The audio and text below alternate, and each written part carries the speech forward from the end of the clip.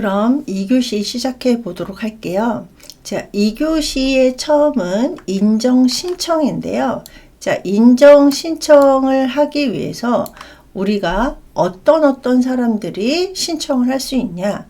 일단은 이제 65세 이상 노인이거나 65세 미만인데 노인성 질환에 해당하는 대상자가 공단에, 이 공단이 국민건강보험공단이라고 했었죠. 이 공단에 의사 또는 한의사가 발급하는 소견서, 의사 소견서를 첨부해가지고 장기요양 인정 신청서를 제출한다 이렇게 되어 있는데, 사실 소견서는 방문조사 끝난 후에 제출이 되는 거고, 일단은 여기 보시면 장기요양 인정 신청서를 일단은 공단에다가 제출을 해야 되고요. 또 어떤 사람들이 제출을 할 수 있느냐, 이제 본인이 직접 신청해야 되는데 그렇지 못할 경우, 그래서 이제 그 신체적인 정신적인 사유로 인해서 직접 신청을 할 수 없을 때는 가족, 친족, 그러니까 본인도 포함이 되는 거죠.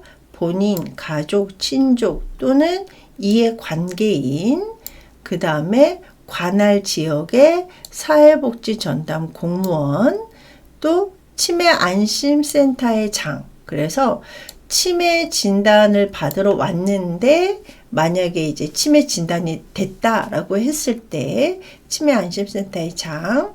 자, 그 다음에 시, 군, 구청장이 지정한 사람들이 대리 신청을 할 수 있다라고 되어 있거든요. 그래서 가족이나 친족까지는 이해가 되시죠? 친족이라는 거는 뭐 언니, 오빠, 동생 뭐 이런 이제 친족이 되겠고, 이해관계인 같은 경우는 예를 들어서 인정 신청을 이제 하기 전에 재가센터라던가 시설에 문의를 했다. 그러면은 그 사람들이 이해관계인이 되거든요. 그래서 재가센터에서 대신 또 이제 신청을 해줄 수 있고, 그런 경우도 있잖아요. 저희가 인정 신청이 최초 인정 신청도 있지만 유효 기간이 지나서 다시 이제 갱신 신청 같은 거를 할 때도 이해관계인, 그래서 재가센터장이나 시설장 이름으로 이제 다시 대신 신청을 해 줄 수 있는 게 이해관계인이 되고요. 그 다음에 이제 관할 지역의 사회복지 전담 공무원이라고 해가지고, 이제 사회복지 전담 공무원이 이제 혼자서 생활하기 어려운 이런 이제 관할 지역의 사람들을 돌봐주다가 등급이 필요하겠다라고 하면은 이제 대신 신청을 할 수가 있는데, 여기 밑에 보시면 사회복지 전담 공무원 또는 치매 안심센터의 장이 신청을 할 때는 꼭 본인이나 가족의 동의를 받아서, 그래서 우리가 이제 가족이나 친족 뭐 이런 분들은 이제 뭐 처음부터도 이제 얘기를 다 했었을 것 같은데, 사회복지 전담 공무원이나 치매 안심센터 같은 경우는 본인의 동의를 꼭 받아야 된다. 그러니까 이제 동의도 받지 않고 그냥 이거는 개인 정보인 거잖아요. 그래서 그냥 무작위로 신청을 할 수가 없고요. 꼭 동의를 받은 후에 대리 신청을 할 수가 있다. 그러니까 원칙은 본인이 신청을 해야 되는데 그렇지 못한 상황이 발생을 했을 때 이런 사람들이 인정 신청을 할 수 있게 되는 거고요. 자, 그 다음에 방문조사 신청을 하게 되면 방문조사가 이루어진다라고 말씀을 드렸는데, 당연히 방문조사는 이제 공단에다 했기 때문에 공단 직원이거든요. 근데 소정의 교육을 이수한 공단 직원이라고 되어 있는데, 사회복지사나 간호사의 자격증을 갖고 있는 사람이 그러니까 현장에서 이제 어느 정도 경력이 있는 사람들이 방문 조사했을 때 주의해야 되는 거라던가 이런 이제 교육을 받고 나서 대상자 집에 신청인의 거주지, 그러니까 대상자 집에 방문을 해가지고 방문 조사를 이루어지게 되는데 어떤 조사를 하느냐? 제가 아까 크게 52가지 항목이라고 말씀을 드렸는데 이 신청인의 본인의 심신 상태, 그래서 이제 정신 상태라던가 신체 상태 이런 것들을 이제 체크를 하게 되고 또 신청인에게 필요한 장기 요양급여의 종류나 내용 등을 조사한다. 그래서 만약에 이제 어르신이 나는 뭐 방문 요양을 받고 싶다. 나는 방문 간호를 받고 싶다. 아니면은 나는 시설에 입소하고 싶다. 이런 것들도 이제 다 이제 조사를 해서 그 내용이 아까 앞에서 말씀드렸던 개인별 장기 요양 이용 계획서에 다 포함이 되는 거죠. 그래서 이 방문 조사는 그냥 불시에 오는 게 아니라 미리 전화를 해서 이제 시간 약속을 잡고 이제 그 대상자 집에 신청인의 거주지 집에 방문을 해서 이제 조사하는 것을 방문 조사라고 합니다. 자, 그 다음에 이제 방문 조사를 하면 여기 보시면 이제 방문 조사가 끝나면 조사 결과서, 우리 조사 결과서에는 인정 신청서, 그 다음에 방문 조사했을 때 결과서, 그 다음에 의사소견서 이런 것들이 다 포함이 된단 말이에요. 그래서 신청서, 조사 결과서, 의사소견서, 이제 그 밖에 심의에 필요한 자료, 뭐 이런 것들, 뭐 예를 들어서 방문 조사자의 건의, 뭐 그런 자료라던가 이런 것들을 이제 등급판정위원회에 제출한다라고 되어 있거든요. 그래서 등급판정위원회는 전문가들이 이제 구성되어 있는 것들인데 뭐 의사라던가 공단 직원이라던가 아니면 등급 판정에 경험이 있는 사람들 뭐 이런 사람들이 다 모여가지고 등급 신청을 하게 되는 거고요. 자, 그 다음에 등급판정위원회는 이 심의, 이제 그 등급에 이제, 이분은 몇 등급이다. 이런 이제 심의에 필요한 자료를 검토를 하고 나서 신청인이, 그러니까 대상자가 자격 요건이 충족이 되거나, 그러니까 뭐 나이라던가 질병, 이런 이제 자격 요건이 충족이 되거나 또 6개월 이상 혼자 생활할 수 없다라고 인정되는 것도 이제 자격 조건이 충족이 돼야 되는 거죠. 이런 경우 대통령령으로 정해서 등급 판정 기준에 따라 가지고 수급자로 판정된다 이렇게 되어 있거든요. 그러니까 수급자는 서비스를 받는 사람들을 수급자라고 했단 말이에요. 그래서 등급이 아까 1등급부터 5등급까지 그리고 인지지원 등급 이 분들을 수급자라고 하고 등급 외, 그러니까 점수가 너무 낮거나 아니면 6개월 이상 혼자 생활할 수 없다라고 이제 혼자 생활할 수 있다라고 하시는 분들이 등급 외가 된단 말이에요. 그래서 등급과 수급자와 등급 외, 수급을 받을 수 없는 사람을 이제 판정을 하게 되는 거고요. 자, 그 다음에 어르신이 이제 그 신청하신 분이 이제 빨리 서비스를 받아야 됐는데 언제 판정 날지 모른다. 아니면은 판정이 너무 늦게 난다 라고 했을 때에 여러 불편감이 있기 때문에 등급 판정 받은 분들은 이제 신청을 하신 분들은 이렇게 딱 법적으로 정해져 있어요.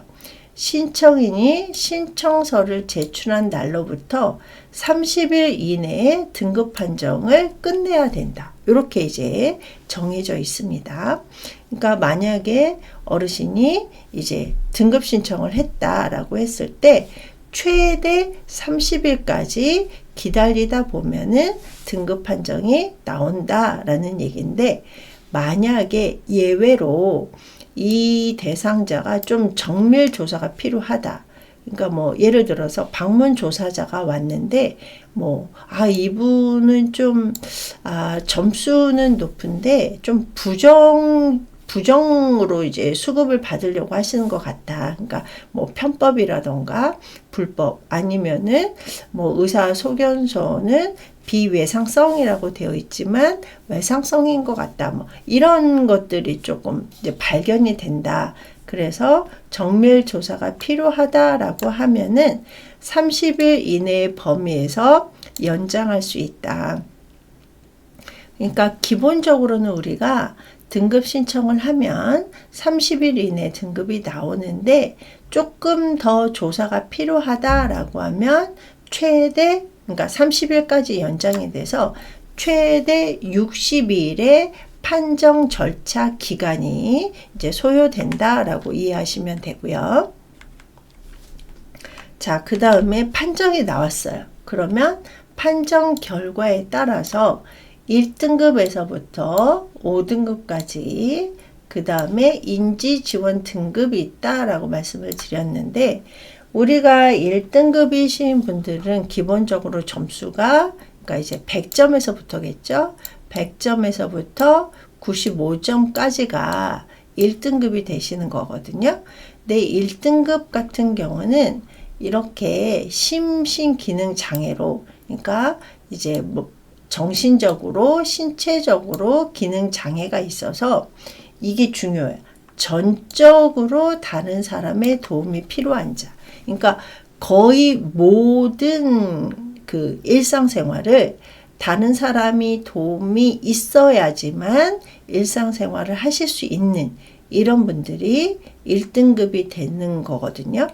자, 그 다음에 2등급 같은 경우는 똑같이 심신의 기능 상태 장애이기는 한데 자, 2등급은 뭐라고 되어 있냐면 상당 부분 다른 사람의 도움이 필요한 자. 그러니까 어느 정도 조금은 본인이 뭐 예를 들어서 뭐 식사 돕기를 한다. 그러면은 1등급이신 분들은 모든 식사 준비를 해서 입에다가 떠먹여 드려야 된다던가 아니면은 떠먹여 드리는데 씹지를 못해서 비위간을 해야 된다던가 이런 분들이 1등급인데 2등급이신 분들 같은 경우는 혼자서 식사를 준비를 하지는 못하지만 좀 뭐 숟가락을 움직일 수 있는 뭐 손의 힘은 좀 남아있다. 그런 분들이라고 생각하시면 돼요. 그래서 상당 부분 거의 이제 많은 부분에 도움이 필요한 자. 그래서 여기 보시면 점수가 95점 미만이라고 되어 있거든요. 그러니까 94점부터 75점까지가 2등급이 돼요. 자, 95점은 1등급이죠. 그래서 100점부터 95점까지는 1등급. 94점부터 75점까지는 2등급에 해당이 되는 거고요. 자, 그 다음에 3등급은 부분적으로 다른 사람의 도움이 필요한 자라고 되어 있거든요. 그래서 다른 사람의 도움을 좀 필요하기는 한데 1등급이나 2등급보다는 조금 더 본인 스스로 할 수 있는 일들이 많아지는 거죠. 그래서 부분적이다라는 얘기는 예를 들어서 식사 돕기를 이제 아까 예를 드렸잖아요. 그래서 식사 돕기를 할 때 본인이 밥을 짓거나 반찬을 하기는 어렵지만 해놓은 상태를 본인이 꺼내서 조금 식사를 하실 수 있다. 그러니까 부분적으로는 식사를 도와드려야지 혼자서 이제 식사를 하실 수 있는 요 상태라고 생각하시면 되는데 이 부분적으로 도움이 필요한 3등급이신 분들은 점수가 자 75점 미만이기 때문에 74점부터 60점까지가 3등급이라고 생각하시면 돼요. 우리 지금 미만이라는 거는 이 점수가 포함이 되지 않는 거거든요. 그리고 이상이라는 거는 점수가 포함이 돼요. 그래서 지금 계속 말씀드리지만 1등급은 100점에서 95점까지, 2등급은 94점부터 75점까지, 3등급은 74점부터 60점까지가 3등급이 되고요. 자, 그 다음에 4등급이신 분들은 일정 부분 다른 사람의 도움이 필요하다. 그래서 거의 많은 부분은 본인이 하실 수 있기는 하지만 어느 정도는 그래도 다른 사람이 조금 도와드려야만 혼자서 일상생활을 하실 수 있는 분들이 4등급이 되시거든요. 그래서 이런 분들 같은 경우는 59점부터 51점까지가 이제 4등급이 되세요. 그래서 59점부터 51점까지다 라는 거 꼭 기억을 하시고요. 5등급이신 분들은 치매 환자에 한정이 돼요. 우리 그 치매 환자에서 인지 지원 등급이 있기는 하지만 점수 차이라고 생각하시면 돼요. 그래서 5등급이신 분들은 50점부터 45점까지 이제 그 인정 점수를 받으면 5등급이 되는 거고, 44점부터 그 밑에까지 점수를 받으시면 5등급이 못 되시고 인지 지원 등급이 되신다. 그래서 5등급과 인지 지원 등급은 다 노인성 질병 중에 치매이신 분들이 받으시는데 점수 차이라고 생각을 하시면 돼요. 그래서 우리가 5등급이신 분들 같은 경우는 치매이신데 어느 정도 도움이, 그러니까 일상생활 도움이 필요하신 분들이 5등급이 되고요. 인지지원 등급은 일상생활 지원은 이제 서비스를 받지 않고 인지지원, 그래서 아까 인지라는 게 뭐 기억력, 판단력, 추리력 이런 거라고 말씀드렸는데, 그런 인지 기능이 더 이상 떨어지지 않도록 지원해주는 이런 서비스를 받는 게 인지지원 등급에 해당이 되거든요. 이 판정 결과 같은 경우는 우리가 이제 어르신들 등급에서 굉장히 중요하게 생각하는 거기 때문에 꼭 기억을 하시고요. 그래서 1등급부터 5등급, 그 다음에 인지지원 등급이 있다. 그리고 자, 보시면 인정 점수에 따라서 등급이 달라지고, 1등급은 전적으로 도움이 필요하다. 2등급은 상당 부분 도움이 필요하다. 3등급은 부분적으로 도움이 필요하다. 4등급은 일정 부분이 도움이 필요하다. 그리고 5등급하고 인지지원 등급은 치매 진단을 받은 분에 한한다. 이렇게 기억을 해 주시고요. 자, 그 다음에 이제 판정이 났을 때 결과 통보는, 그러니까 이 판정 결과를 가족이나 본인한테 어떻게 이제 보내주느냐인 건데요.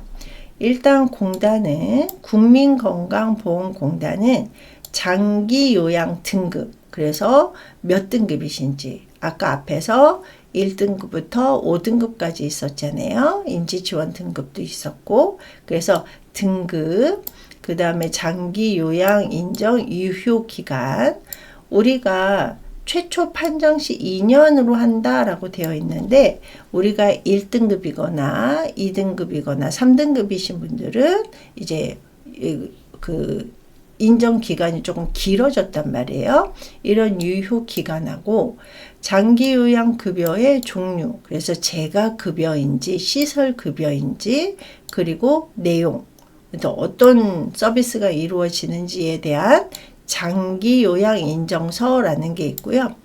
그 다음에 요양급여를 좀 쉽게 원활하게 이용할 수 있도록 등급별에 따라서 월 한도 이용액이 있거든요. 그래서 1등급은 전적으로 도움이 필요하기 때문에 굉장히 많은 서비스가 들어가야 된단 말이에요.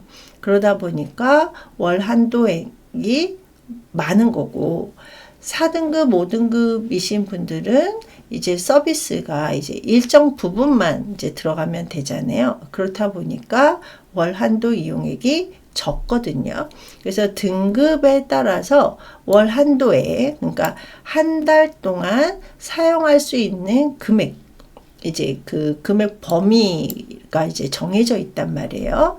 그 금액이 개인별 장기 요양 이용 계획서에 이제 적혀 있거든요.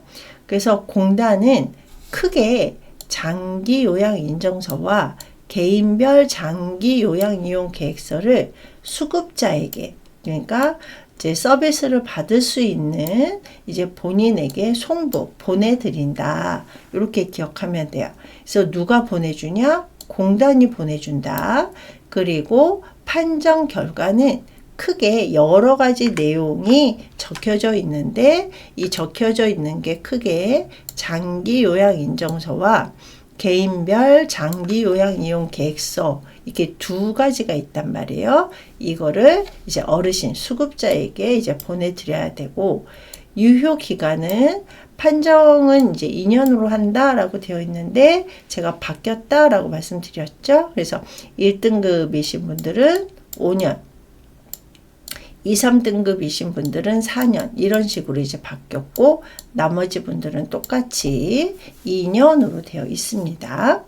자, 그리고 유효 기간 갱신을 할 때, 그러니까 유효 기간이 끝날 때라고 생각하시면 돼요. 끝나기 전에 서비스를 계속 받으셔야 되니까 또 신청을 해야 된단 말이에요. 그래서 다시 신청하는 것을 우리가 갱신이라고 하는데, 이런 이제 갱신 결과라던가 심신 상태 등에 따라서 이렇게 이제 달라지게 된다. 그래서 갱신 시 같은 경우는 처음에는 우리 앞에서 절차에 따라서 하게 되는 거고, 이제 갱신할 때 다시 한번 신청을 할 때는 또 이제 그 결과가 유효기간이 달라질 수 있다라고 이해하시면 되고요.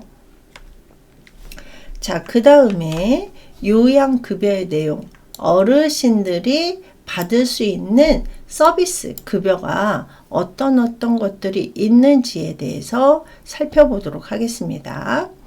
자, 그래서 장기 요양 급여의 종류는, 그러니까 어르신들이 받을 수 있는 서비스는 현물 급여와 현금 급여로 나뉘는데요. 현물 급여라는 게 이제 물건이 아니라 직접적인 서비스를 제공을 받는 것을 현물이라고 하고요. 현금은 이제 돈을 주는 거를 이제 현금 급여라고 하는데, 이 장기 요양 급여는 크게 현물 급여와 현금 급여가 있는데, 우리가 기본은 다 현물 급여라고 생각하시면 돼요. 그래서 재가 급여와 시설 급여를 받게 되는 거고요. 이 현금 급여 같은 경우는 이제 특별 현금 급여라고 해가지고, 특별히 이 현물 급여를 받지 못하게 되면 현금을 주겠다라는 거거든요.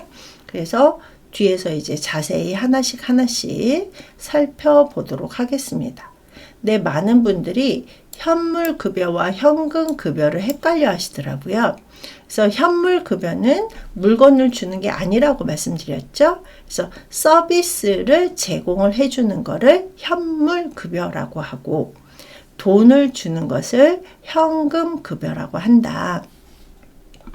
자, 근데 현물 급여에는 재가 급여와 시설 급여가 있다라고 했었는데, 자, 재가 급여는 대상자가, 그러니까 수급자이신 분들이 가정에서 생활을 하시는 거예요. 그러니까 제가 집에 머무른다라는 게 재가이란 말이에요.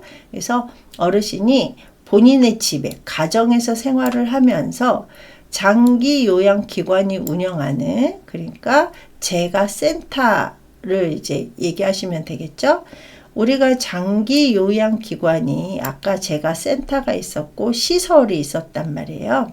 근데 제가 같은 경우는 이제 제가 센터에서 방문 요양, 그 다음에 방문 목욕, 그 다음에 방문 간호, 주 야간 보호, 단기 보호, 기타 재가 급여.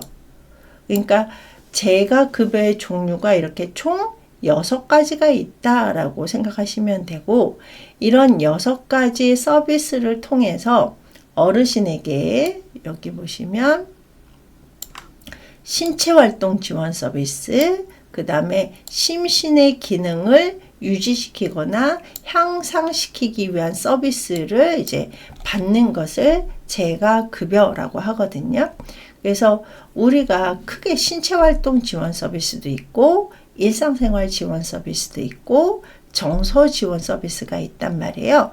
이런 서비스를 통해서 신체 활동도, 그러니까 뭐 이제 가고 싶은 곳, 이제 우리가 이제 개인 활동 지원 서비스라던가 이런 것들을 통해서, 아니면은 뭐 산책을 시켜드린다던가, 뭐 아니면은 직접적으로 식사라던가 개인위생, 뭐 체위 변경 이런 것들을 통해서 신체 활동이 이제 유지가 될 수 있도록 해야 되고, 그거와 맞춰서 심신 기능, 그래서 뭐 정서 지원이라던가 일상생활 이런 것들을 통해서 어르신이 편안하게 생활할 수 있도록 하는데, 우리 장기 요양 기관에서 근무하는 사람들을 장기 요양 요원이라고 하는데, 그 중에 저희가 지금 요양보호사를 공부하고 있단 말이에요. 그래서 요양보호사는 위에 있는 모든 서비스를 우리가 제공하는 게 아니라, 여기 보시면 방문 요양, 방문 목욕, 주 야간 보호 서비스, 단기 보호 서비스에서 서비스를 제공을 하게 돼요. 이렇게 이제 그 장기 요양 요원인데, 이런 서비스를 제공하는 사람들을 요양보호사라고 이제 이름을 지어놓고 우리가 일을 하고 있는 거죠. 그래서 아까 앞에서도 말씀드렸다시피 장기 요양 기관에서 근무하는 모든 사람들을 장기 요양 요원이라고 합니다. 자, 장기 요양 요원에는 간호사가 있단 말이에요. 예를 들어서. 근데 간호사 같은 경우는 방문 간호를 서비스를 제공을 하겠죠. 그래서 이렇게 다르게 일을 하는 모든 사람들을 장기 요양 요원이라고 하고요. 자, 재가급여 종류가 6가지가 있다라고 말씀드렸거든요. 그래서 방문 요양이 있고, 방문 목욕이 있고, 방문 간호가 있고, 주간 보호 서비스, 야간 보호 서비스가 있고, 단기 보호, 기타 재가급여가 있었는데, 하나씩 내용을 살펴보자면, 방문 요양은 장기 요양 요원이, 근데 아까 앞에서 요양보호사가 제공하는 게 방문 요양, 방문 목욕, 주야간 보호 서비스, 단기 보호 서비스가 있었단 말이에요. 그러니까 장기 요양 요원 중에 요양보호사가 되겠죠. 그래서 요양보호사가 수급자의 가정 등을 방문해서 집에 가서 신체활동과 가사활동 지원 서비스를 해주는 것을 우리가 방문 요양이라고 하고요. 방문 목욕은 이제 장기 요양 요원이, 그러니까 요양보호사가 목욕 설비를 갖춘 장비를 이용해서, 그러니까 우리가 목욕 같은 게 이제 뭐 이동 목욕 차량이 있을 수도 있고 통 목욕이 있을 수도 있단 말이에요. 근데 이제 필요한 장비를 갖추고 수급자의 가정 등을 방문해서, 지금 여기도 가정, 여기도 가정, 그러니까 재가 서비스이기 때문에 그런 거죠. 그래서 방문 목욕은 목욕을 제공을 하는 서비스인데, 기본적으로는 목욕 장비가 이제 기본적으로 갖춰져 있어야 된다. 자, 그 다음에 이제 방문 간호는 장기 요양 요원인데 간호사 등이라고 되어 있거든요. 그러니까 간호사 등이라고 하는 거는 간호사하고 간호조무사, 치위생사까지 포함이 돼야지 간호사 등이 됩니다. 그래서 간호사 등이 의사나 한의사, 치과의사, 그러니까 치과의사의 지시서에 따라서 하는 이 구강위생은 치위생사가 이제 그 실시를 하겠죠. 그래서 방문 간호는 간호사만 나오는 게 아니라 치위생사도 포함이 되어 있다라고 이해하시면 되고요. 이런 이제 의사나 한의사, 치과 의사들이 써주는 지시서를 우리가 방문 간호 지시서라고 합니다. 이 방문 간호 지시서에 따라서 수급자, 어르신의 가정에 방문을 해서, 그러니까 병원에서 하는 게 아니라 이 장기 요양 요원 중에 방문 간호를 할 수 있는 이런 사람들이 어르신 집에 방문을 해서 어떤 서비스를 제공을 하냐면 간호 서비스, 필요한 간호 서비스라던가 진료의 보조, 그래서 방문 간호 지시서에 포함이 돼야 되는 뭐 것들의 보조라던가 상담, 요양에 관한 상담이라던가 구강위생 같은 경우는 치과 의사가 써주는 이 방문 간호 지시서에 따라서 치위생사가 제공하는 구강위생, 이런 서비스를 제공하는 것을 방문 간호라고 합니다. 자, 그러면 잠깐 쉬었다가 나머지는 3교시에 이어서 하도록 하겠습니다.